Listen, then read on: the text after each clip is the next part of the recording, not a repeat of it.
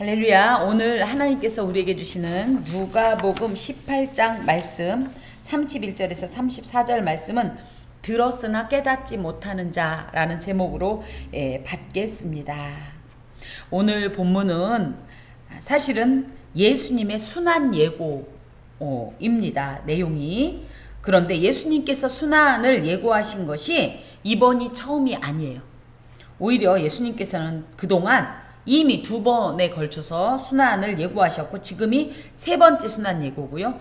또 이제 가시기 바로 전쯤에 또 4번째로 순환을 예고하거든요. 그래서 좀 이렇게 보면 1차에 처음에 그러니까 이 공생애를 이제 시작하고 중간쯤에 29년 AD 29년 여름쯤에 가이사랴 빌립보에서 그 예수님께서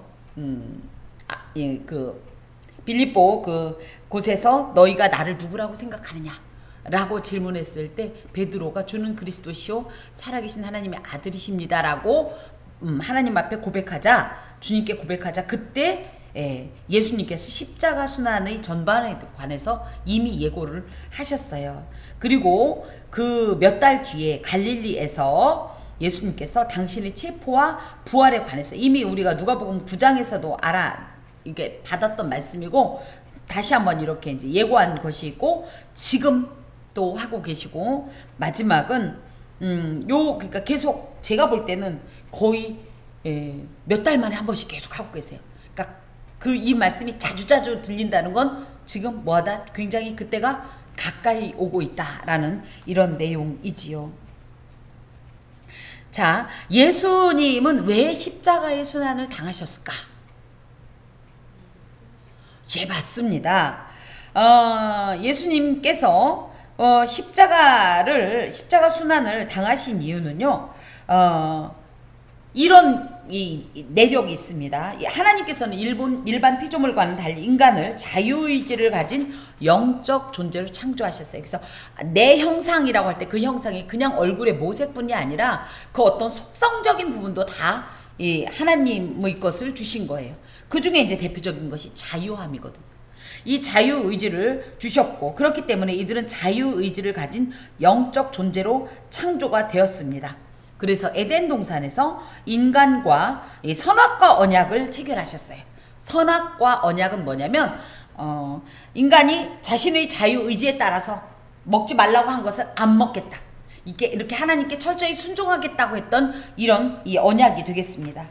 그런데 이것을 그야말로 선악과를 범하지 않으면 영생의 복을 또 그렇지 않으면 죽음의 이 저주를 약속하셨지만 인간은 하나님의 기대를 철저히 무시하고 자신의 자유의지를 잘못 사용해서 선악과 언약을 범하고 말았지요.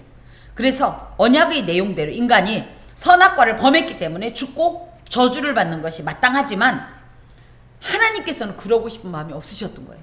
그러면 없는 걸로 하면 되냐? 그럴 수가 없는 것이 하나님은 절대자이실 뿐만 아니라 당신이 세운 이 법이 공의의 기초예요. 그러므로 이것을 무너뜨리면 하나님의 모든 속성에 이 어떤 근간에도 영향을 줄 만큼 굉장히 치명적이기 때문에 하나님은 오히려 살리기 위해서 당신의 방법대로 시행한 것이 예수의 십자가 순환입니다. 즉 뭐냐? 인간이 죄를 지었지만 이 인간을 살리기 위해서 이 죄의 대용물과 같이 대속 죄물을 세우셨는데 그게 누구냐면 예수님이신 거죠. 그래서 예수께서 죄 지은 인간 대신 죽임을 당하고 그 죽임을 당한 것을 이 죄 지은 인간이 보고 회개하고 그 모든 것으로 인해서 하나님의 의를 충족시켰다. 공의를 만족시켰잖아요. 죄의 삭은 사망이라는 이 공의를 만족시켰다는 것을 믿으면서 그래서 주 예수를 믿으라 그리하면 너와 내 집이 구원을 얻으리라는 이 말씀을 붙잡는 자에게는 하나님께서 오히려 창조 당시의 복을 회복시켜 줄 뿐만 아니라 그야말로 영생의 복을 주시기로 이렇게 약속이 돼 있었던 거예요. 이것을 하나님께서 세우신 구속의 법이다 이렇게 얘기하는데 공의도 만족시키면서 당신의 사랑의 법도 만족시키는 이 구속의 법을 완성시키기 위해서 이 구속의 법을 성취하기 위해서 예수는 반드시 죄 지은 인간 대신 십자가 순환을 당하셔야 했던 겁니다. 그러면 그냥 혼자 당신이 당하시면 되잖아요. 안 그래요? 당신이 이렇게 이런 걸로 얘기한다면 그냥 당신이 이걸 하러 오셨으니까 그냥 하시면 되잖아요. 안 그래요? 근데 왜 자꾸 말씀하실까? 떨려서 자기가 뭐 하나?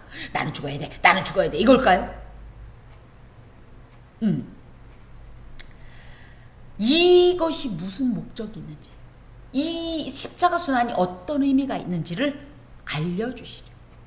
그래서 십자가 구속 희생의 복음에 대해서 너희들이 보고 확실한 믿음에 거하라. 십자가 순환이 그냥 예수께서 어쩌다 보니까 여기 와가지고 억울하게 누명 쓰고 돌아가신 그냥 우연히 일어난 사건이 아니라는 거예요. 이 십자가 구속 희생은 태초부터 있어온 이 하나님의 구속의 법으로서 이것은 이미 하나님께서 작정하신 거예요. 근데 이 작정이 예수님께서 그런데 난 싫다고 그러면 그만이에요. 맞잖아요. 당신도 자유의지가 있으신 분으로 하나님 야해 이러는 관계는 아니니까.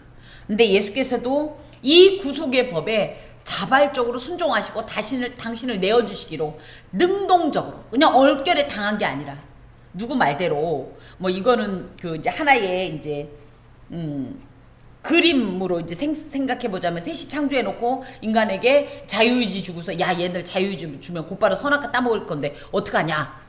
야 누가 죽어야 되는데 어떡하지? 그래놓고 뭐 누구는 하나님하고 성령님 예수님을 딱 쳐다봐갖고 예수님이 저요? 이랬대는데 전 그거보다는 이런 장면을 오히려 생각한다고요. 그럼 어떻게 하지? 누군가 죽어야 되는데 그랬을 때 예수님께서 그땐 제가 죽지요. 제가 죽겠습니다. 그들을 위해. 그러니까 어떻게 생각하면 자유의지를 안 주면 이런 일이 없는 거예요. 하나님은 그걸 아셨어요. 이미 아셨어요. 근데 인간을 어떤 로봇처럼 만들고 싶지가 않았던 거예요. 네 스스로 나를 사랑하려.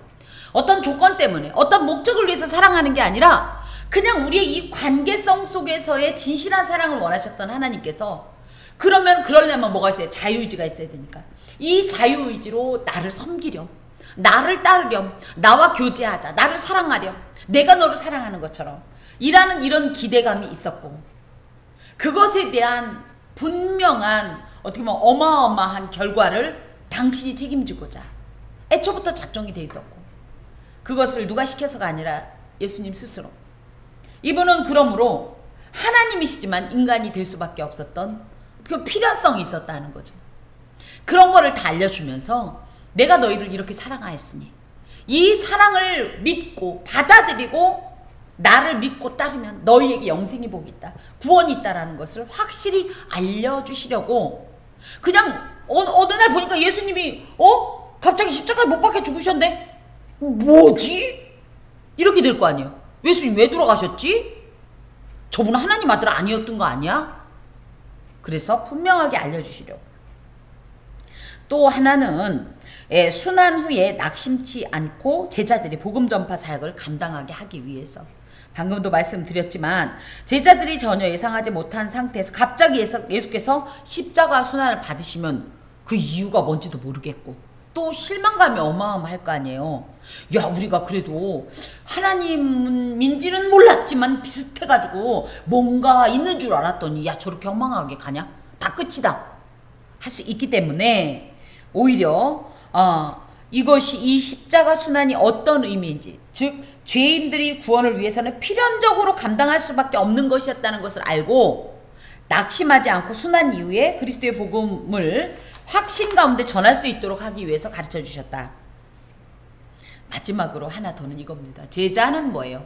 제자는 그냥 단순한 그냥 배우는 자, 가르치는 자의 관계를 넘어서 스승의 걸음을 쫓아가는 게 제자예요.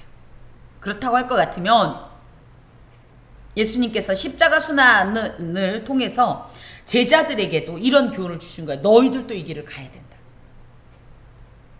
그래서 그리스도의 이 복음이 전파될 때 당연히 공중 권세 잡은 자 사단이 핍박을 가해 올 텐데 그때 못하겠어요가 아니라 우리 주님께서 그 핍박을 이겨내고 저렇게 십자가 순환을 당하셨구나. 그럼 나도 가야 되는 거구나. 라고 생각하고 그 길을 갈 수 있도록. 여기에 더하여서 요한복음 14장에 보면 무슨 말씀을 하냐면 혼자 있게 안 하겠다. 세상 끝날까지 너희와 함께 할 건데 그거를 나는 간다. 그러면 어떻게 된다? 또 다른 보혜사이신 성령께서 오셔서 너희 스스로는 할 수 없는 그것을 하게 해준다. 믿을 수 없는 자에게 믿음을 주고 말씀을 깨닫지 못하는 자에게 말씀의 조명을 주셔서 알게 하시고 깨닫게 하시고 그래서 그 뒤로 걸부담 이러잖아.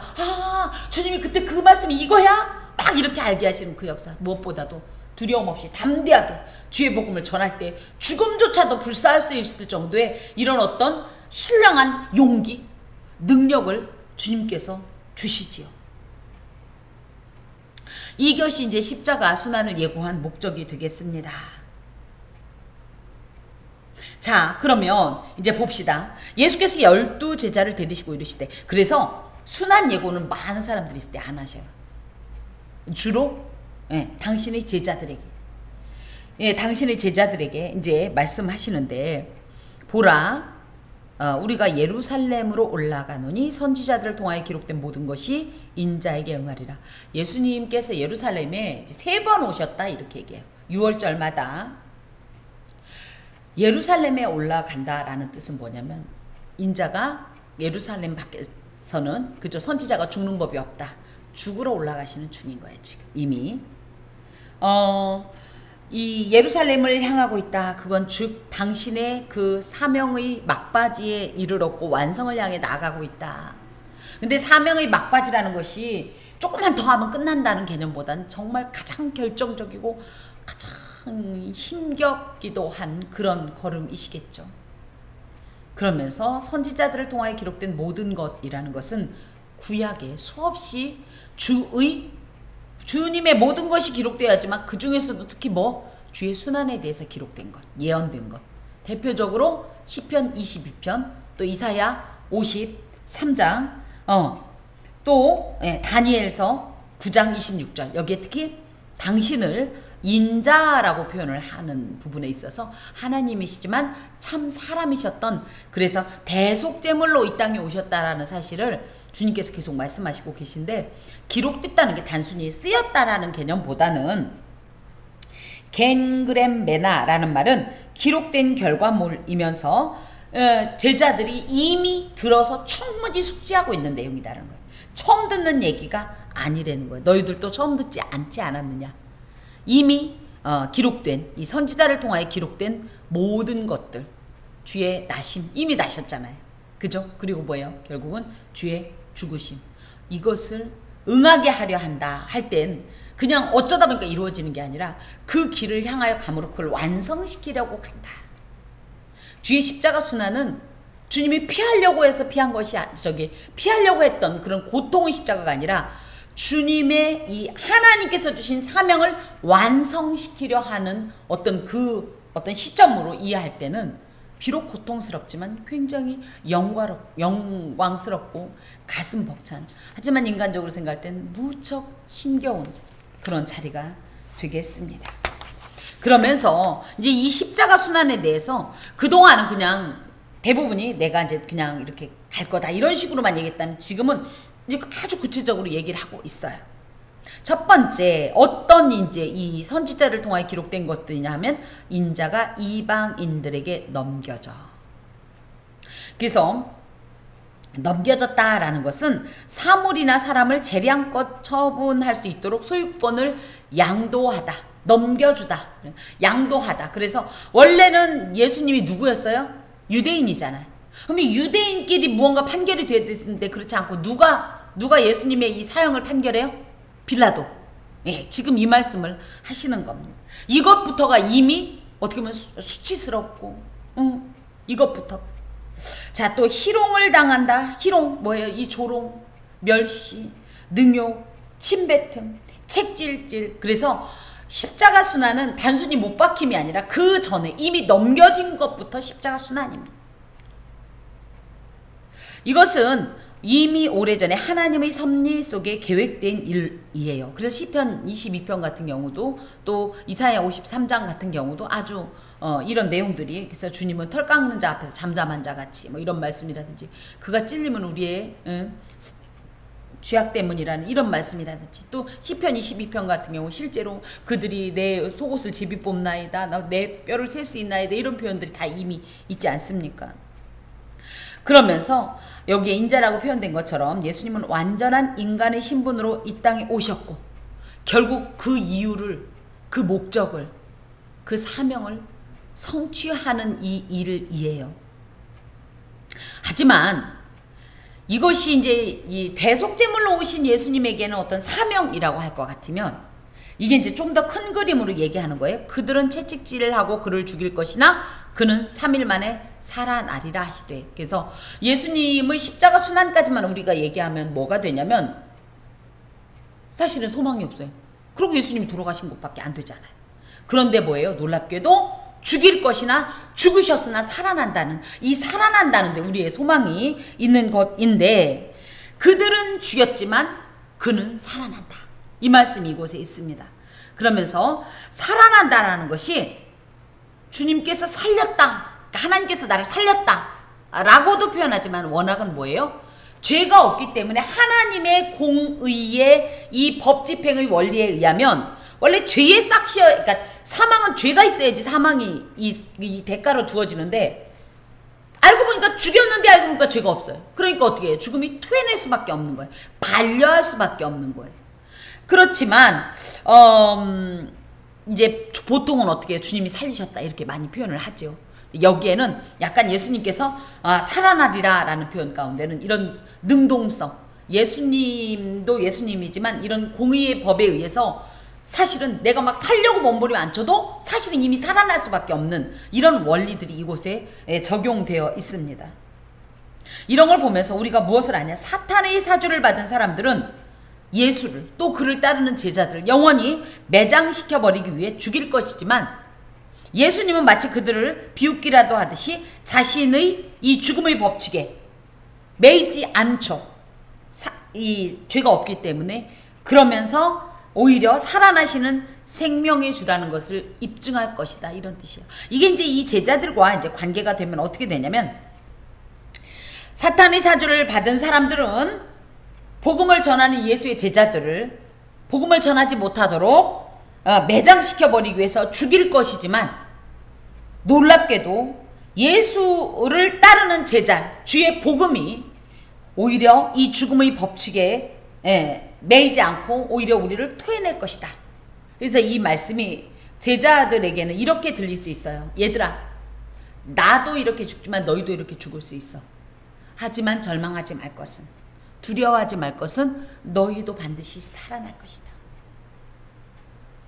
예수를 믿는다는 것이 예전에는 이런 건지 몰랐잖아요.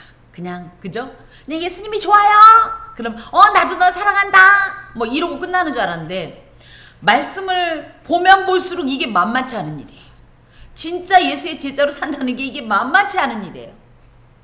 그쵸? 집사님들이 좀 많이 그런 걸 느끼죠? 저도 마찬가지입니다. 이게 만만치 않은 일이에요. 왜 그러냐? 나도 이 복음에 반대되는 자고, 나 스스로가. 세상도 그렇고. 그런데 이거를 막 어거지로 뚫고서 이 원리에 반해서 영리로 살려니까 엄청 힘든 거예요. 근데 그렇게 살아야 온전한 하나님의 백성으로서의 삶이니까 힘겹지만 이렇게 나가야 되는 거예요.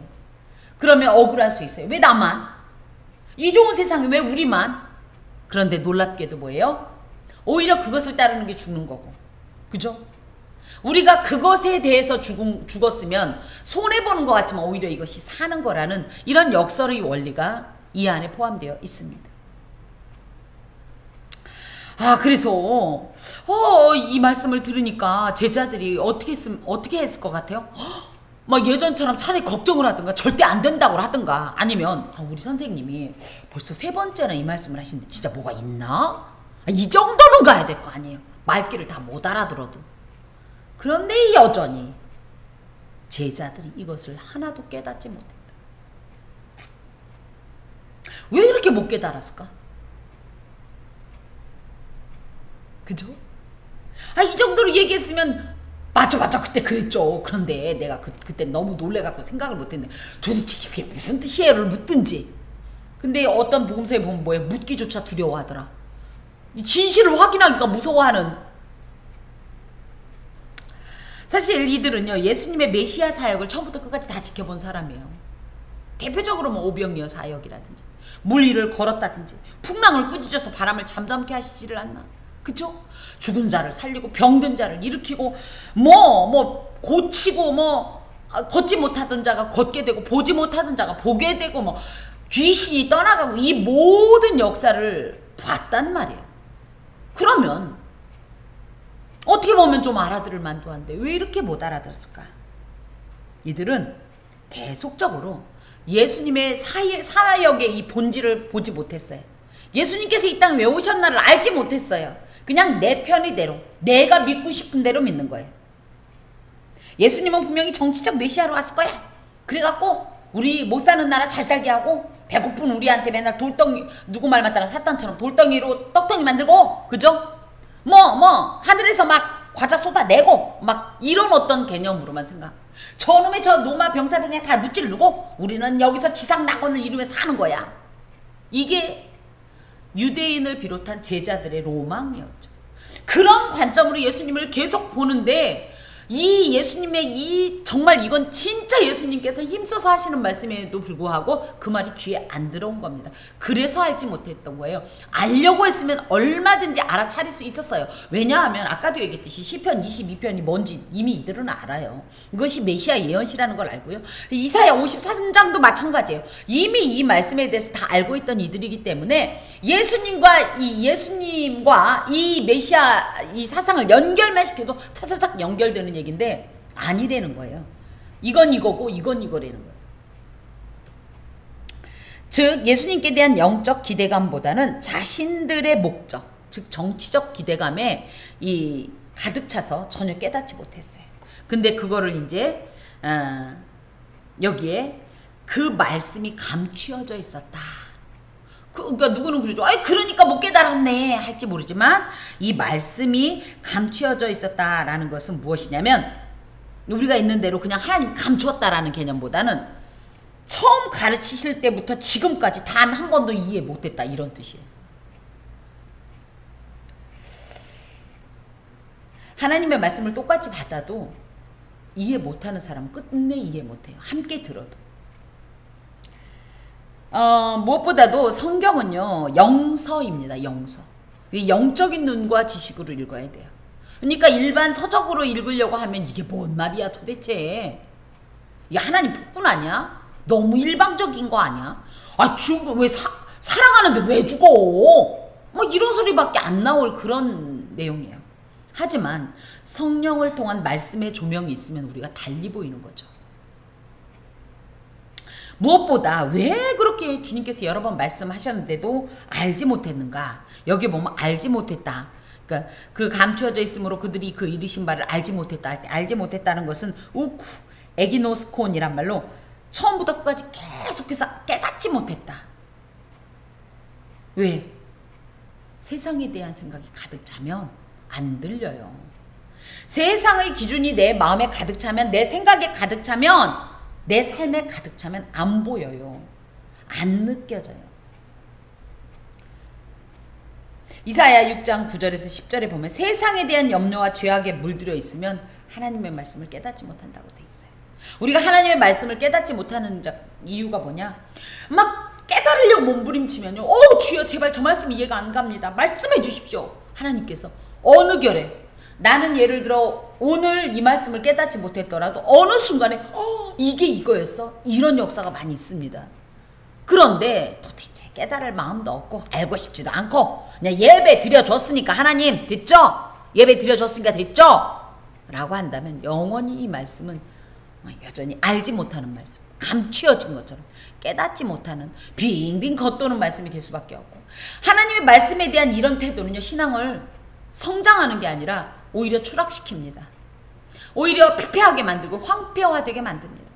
그래서 우리가 말씀을 깨닫고 특히 이 말씀을 이해하고 이 말씀을 붙잡으려고 몸부림치는, 또 그리고 자주 접해서 어떻게든지 이 말씀에 대해서 지혜와 지식을 축적하려고 하는 이 마음은요 어떻게 보면 하나님과의 관계를 공고히 하고 더 긴밀하게 내밀하게 하려고 하는 노력이라고 생각합니다. 오늘 말씀의 제목이 들었으나 깨닫지 못한 자. 못 들었으면 당연히 못 깨달죠. 그렇지만 뭐예요? 이 제자들도 분명히 들었잖아요. 들었으나 깨닫지 못하는 것은 무엇이 문제냐? 물론 이럴 수 있어요. 내용이 너무 어려우면. 내용이 너무 어려우면 이해 못해요. 그건 맞아요. 그럼 성경이 어렵냐?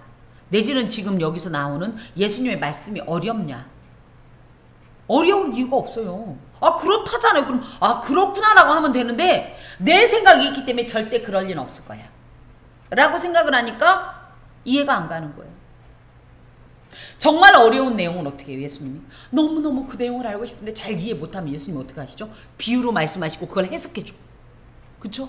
근데 여기는 아니 너무 단순하고 너무 이 명약관화해서 너무 불보듯 뻔해서 얘기하면 그게 무슨 뜻인지 다 알아들을 수 있는 얘기인데도 못 알아듣는 거예요. 안 알아듣고 싶은 거예요. 안 알아듣고.